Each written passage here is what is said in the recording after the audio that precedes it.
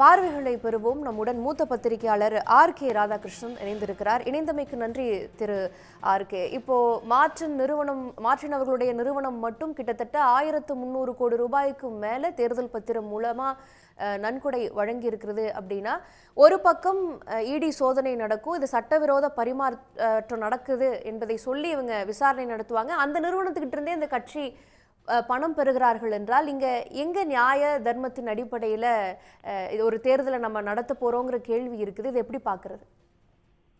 இது வசூல் தானுங்க.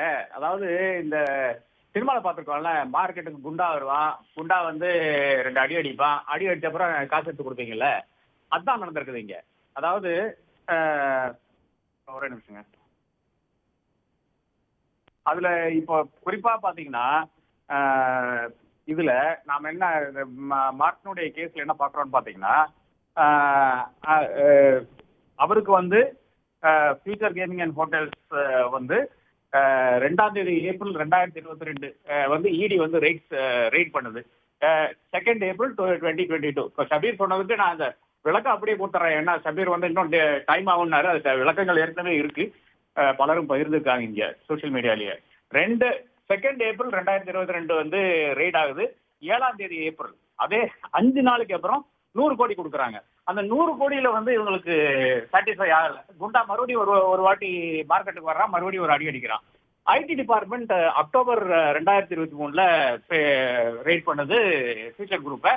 65 கோடி வந்து அதே மாசம் வந்து இவர்கள் வந்து எலக்ட்ரல் பாண்ட்ஸ் வந்து வாங்குறாங்க. ஆப்வியஸ்லி யாருக்கு கொடுத்தாங்கன்னா நமக்கு தெரிஞ்ச விஷயமா தான் இருக்கிறது. அப்போ நீங்க பாத்தீங்கன்னா ஒவ்வொரு இடத்துலயும் வந்து கிக் பேக்ஸ் ஆக நடக்கிறது. இல்லை என்றால் இந்த மாதிரி இந்த குண்டா தெரு குண்டானுடைய அந்த ஸ்டைல்ல வந்து எலக்ட்ரல் பாண்ட்ஸ் வாங்கி பாஜகவுக்கு கொடுத்துருக்காங்க. இப்போ இது வந்து கிக் பேக்ஸ், அதாவது ஒரு ப்ராஜெக்ட் கொடுக்குறாங்க, அந்த ப்ராஜெக்டுக்காக காசு கொடுக்கறது. அது எப்படி வந்திருக்குன்னு பாத்தீங்கன்னா, வேதாந்தா வந்து ராதிகாபூர் வெஸ்ட் பிரைவேட் கோல் மைன் வந்து மார்ச் 3, 2021 அவர்களுக்கு கொடுக்குறாங்க. அதுக்கப்புறம் வந்து அதுல இன்னொரு பிளாக் வந்து ஏப்ரல் 2021 கொடுக்குறாங்க. அவங்க என்ன பண்றாங்க பாத்தீங்கன்னா, 25 கோடி வந்து எலக்ட்ரல் பாண்ட் கொடுக்குறாங்க. மெகா இன்ஜினியரிங் அண்ட் இன்ஃப்ரா 4500 கோடி ஜோசிலா டனல் ப்ராஜெக்ட் வந்து ஆகஸ்ட் 2020 வந்து அந்த ப்ராஜெக்ட் அவங்களுக்கு கொடுக்குறாங்க. அவங்க வந்து 20 கோடி வந்து அக்டோபர் 2020 கொடுக்குறாங்க. அதே மாதிரி மெகாக்கு இன்னொரு ப்ராஜெக்ட் கொடுக்குறாங்க, அந்த BKC bullet train station contract கொடுக்குறாங்க டிசம்பர் 2022. அவங்க அதே மாசம் வந்து 56 கோடி வந்து இந்த மாதிரி எலக்ட்ரல் பாண்ட்ல கொடுக்குறாங்க. அதுக்கப்புறம் ஷெல் கம்பெனியை வைத்துக் கொண்டிருக்கின்ற அந்த இது எலக்ட்ரல் பாண்ட்ஸ் பண்றது, அது ஏறத்தாழ 410 கோடி அது மாதிரி கொடுத்துருக்காங்க. இதுல முக்கியஸ்தர் யாருன்னு பாத்தீங்கன்னா, குவிக் சப்ளை செயின் லிமிடெட் என்ற ஒரு கம்பெனி வந்து அவர்களுக்கு மொத்தமா இருக்கிற ஷேர் கேபிட்டலே வந்து 130 கோடி தான். அவங்க எவ்வளவு கொடுத்துருக்காங்கன்னு பாத்தீங்கன்னா 410 கோடி வந்து கொடுத்துருக்காங்க. இந்த மாதிரி ஒவ்வொரு இடத்துலையும் எடுத்து பாத்தீங்கன்னா நமக்கு மிக தெளிவாக என்ன தெரியுதுன்னு பாத்தீங்கன்னா, இது பிஜேபியினுடைய ஒரு ஹப்தா வசூலி ஸ்கீமா இருக்கிறது. இதுல வந்து ஒரு 6000 கோடி ஒரு கட்சிக்கும், பாக்கி எல்லாரும் சேர்த்து இது 6000 கோடிங்கிறது ஜஸ்ட் இப்போ இருக்கிற அந்த டைம் பீரியட் மட்டும் தான். மொத்தம் 11000 கோடி.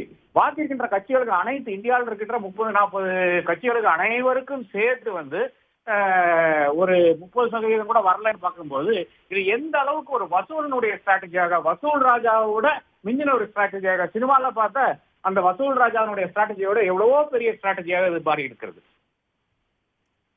உங்களுடைய பார்வைகளை பகிர்ந்து கொண்டமைக்கு நன்றி ஆர்கே. உடனுக்குடன் செய்திகளை தெரிந்து கொள்ள சன் நியூஸ் பெல் ஐகானை கிளிக் பண்ணுங்க.